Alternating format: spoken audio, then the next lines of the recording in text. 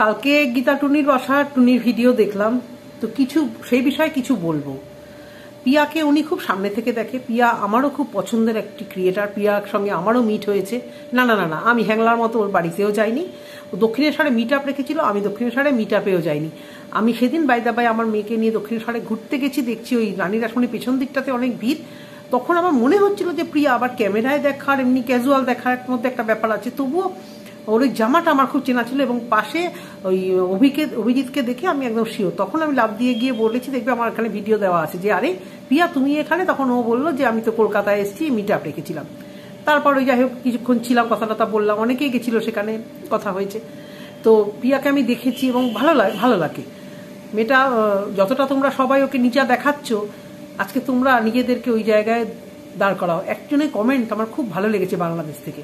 Actually বাংলাদেশের ভিউয়ার্সগুলো না আমাদের দেশের ভিউয়ার্সদের না খুব সাপোর্ট করে, আর যত খারাপ কমেন্ট দেখবে আমাদের দেশের এই মহিলাগুলোই আমাদের দেশের খারাপ কমেন্ট করে। বাংলাদেশের ভিউয়ার্সরা কিন্তু খুব সুন্দর সুন্দর কমেন্ট করে, খুব সুন্দর সাপোর্ট করে, যার জন্য বাংলাদেশে যখন নেট বন্ধ দেখবে আমাদের এখানকার কন্টেন্ট ক্রিয়েটারদের দেখবে ভিউজ কমে যায়। ম্যাক্সিমাম সাপোর্ট কিন্তু আমাদের ওখান থেকে আসে। সেই হিসেবে বলছি, একজন কমেন্ট করেছে, যারা প্রিয়াকে বাজে কমেন্ট করছো তাদের নিজেদের ঘরে আয়ুষ্য মতো একটি অসুস্থ বাচ্চা হোক। দালাল এই কথা আমি বাদ দিলাম, ওটাকে না আমি মানুষের পর্যায়ে দিই না। ও এসছে ওয়াইটি থেকে খাবলা করতে, ভালো মানুষ খারাপ মানুষ কিছু দেখার দরকার নেই। আমি নোংরামো করব, নোংরামো করে আমি আমার ভালো চাল আর ভালো ওই আর কি বিরিয়ানি ফিরিয়ানি মাটন যেগুলো আমার বর গেলাতে পারবে না, শ্বশুর শাশুড়ি হাত তুলে দিয়েছে, আমি সেটা গিলবো।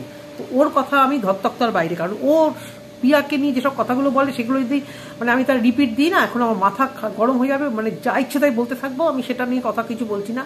আমার আফসোস হচ্ছে গীতাদিকে নিয়ে। গীতাদির সঙ্গে যথেষ্ট ওর সম্পর্ক ভালো।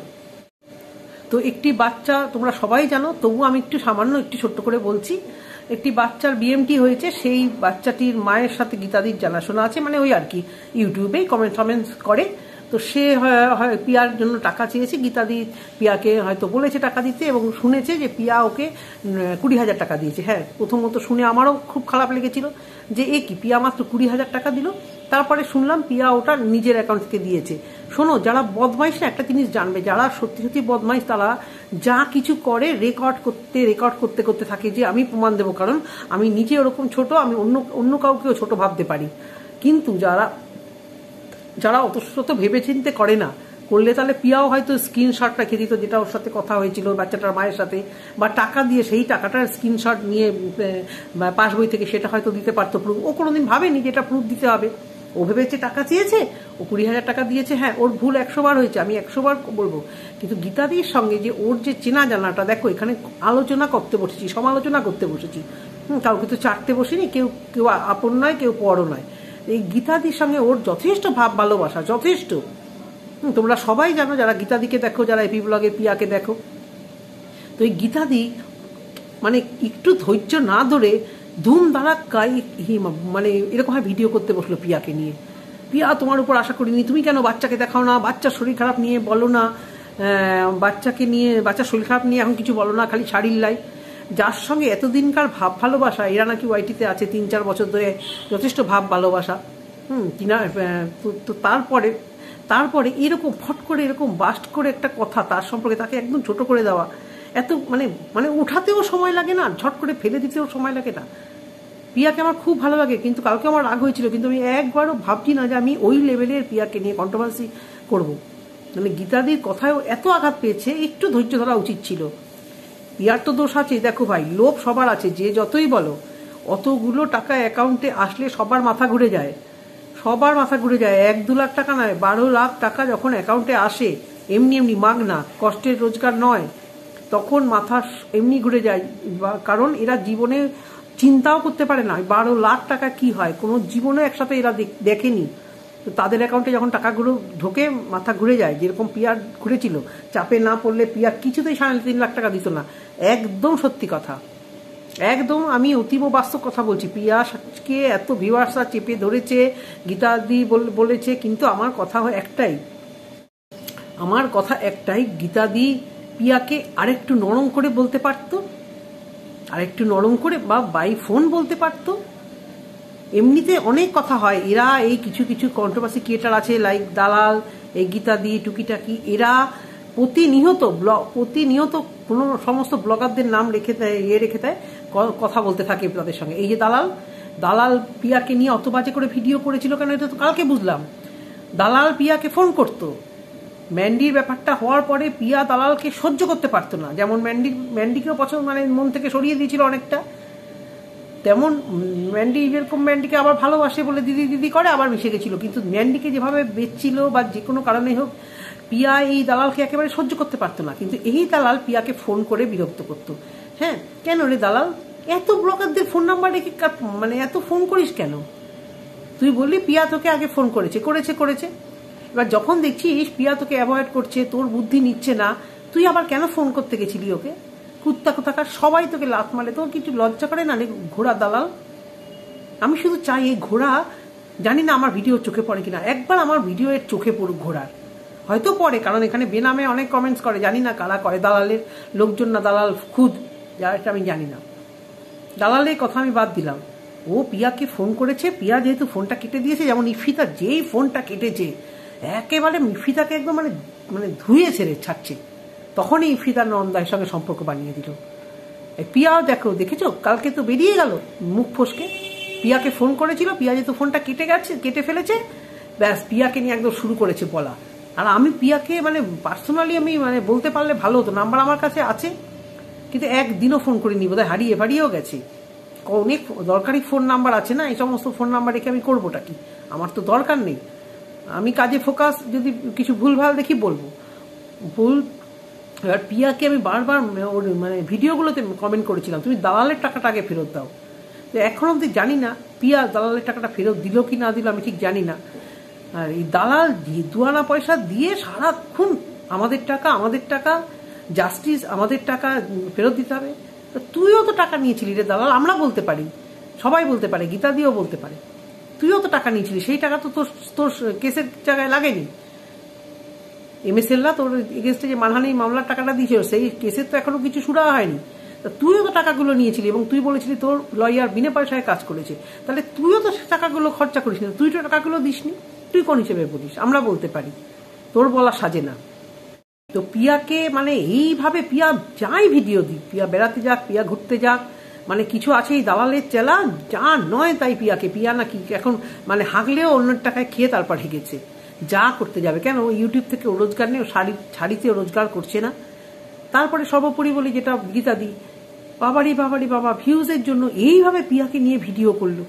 তুমি যদি পিয়াকে এতই ভালোবাসো, আর যদি তোমার মেয়ে এরকম ভুল করতো, তোমার নিজের মেয়ে, তুমি কি এইভাবে ওয়াইটিতে এসে বলতে পারতে না তো?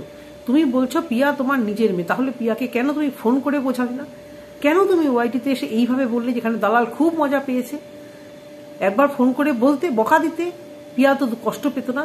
কালকে পিয়া লাইভে প্রচন্ড কাঁদছিল, সেখানে সবাই বলছিল নাটক।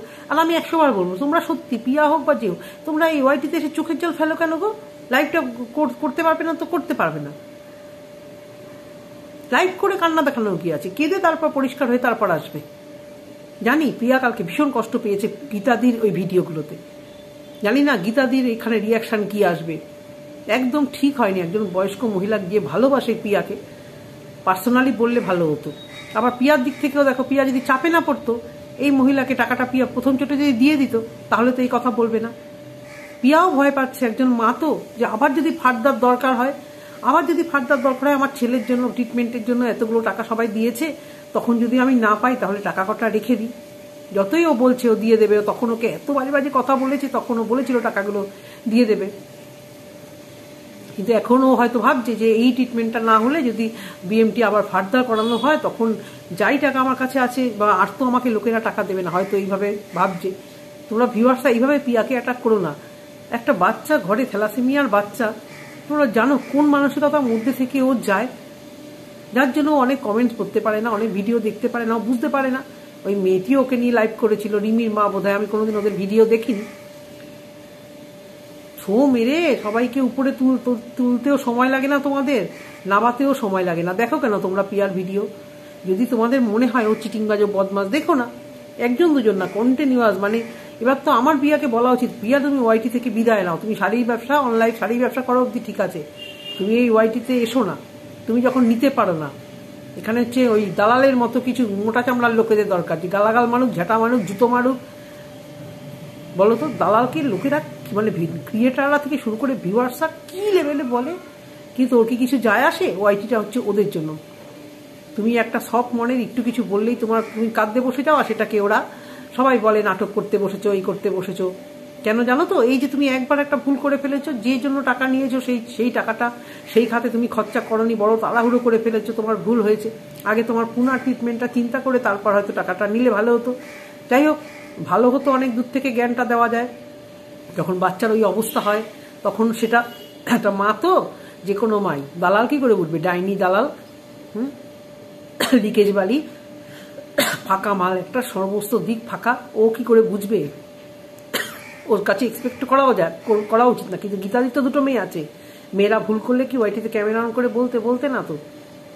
একটু বুঝালে, একটু বকা দিতে, জোরে বকা দিতে পিয়াকে, যে পিয়া টাকাগুলো দাও, দেখতে পিয়া দেয় কিনা। পিয়া টাকাগুলো দেবে এটাই আশা করছি, নাহলে আজকে আমি যে ভিডিওটা করলাম কালকে হয়তো আমি অন্য রূপ দেখাবো। এবং পিয়াকে আমি কমেন্টসও করেছিলাম, টাকা দিয়ে প্রমাণ দেবে এখানে, অবশ্য করে তুমি টাকাগুলো দেবে। তুমি যখন বলেছো তুমি টাকাগুলো দেবে, অতগুলো টাকা তোমার ছেলের লাগবে না, যখন লাগবে তখন আবার দেখা যাবে, ততক্ষণে তুমি টাকা জমাবে, গয়না গাটি সব বিক্রি করবে ছেলের জন্য। মাত্র তো 3 থেকে 3.5 লাখ টাকা ওদের কম পড়েছে। এবারে আসি বাচ্চাটার মার উপরেও, আগা মাথা কিছু না জেনে একটা সব ব্যাপার নিয়ে তুমিও ভাই গেম কিছু কম খেলোনি। পিয়া তোমার নাম্বার ব্লক করেছে কি না করেছে প্রমাণ না পেয়ে বলে দিলে। তাহলে পিয়া যখন তোমাকে টাকাটা দিয়েছে সেই টাকাটা তুমি গ্রহণ করেছো, তা এবার এই টাকাটাও গ্রহণ করবে।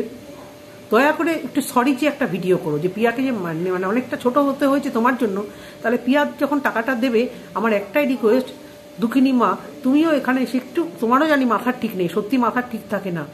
আমরা যারা চ্যাটাঙ্গুলি মারছি না, বাচ্চা চরম অসুস্থতা যখন মধ্যে দিয়ে যায়, এত বড় একটা অসুখ যেখানে প্রাণহানির সংশয়, সেখানে সত্যি মায়ের মাথা ঠিক থাকে না। কিন্তু অন্য লোককে বলার আগে 5 বার ভাববে যে ওর ঘরেও কিন্তু ওরকম একটা বাচ্চা আছে।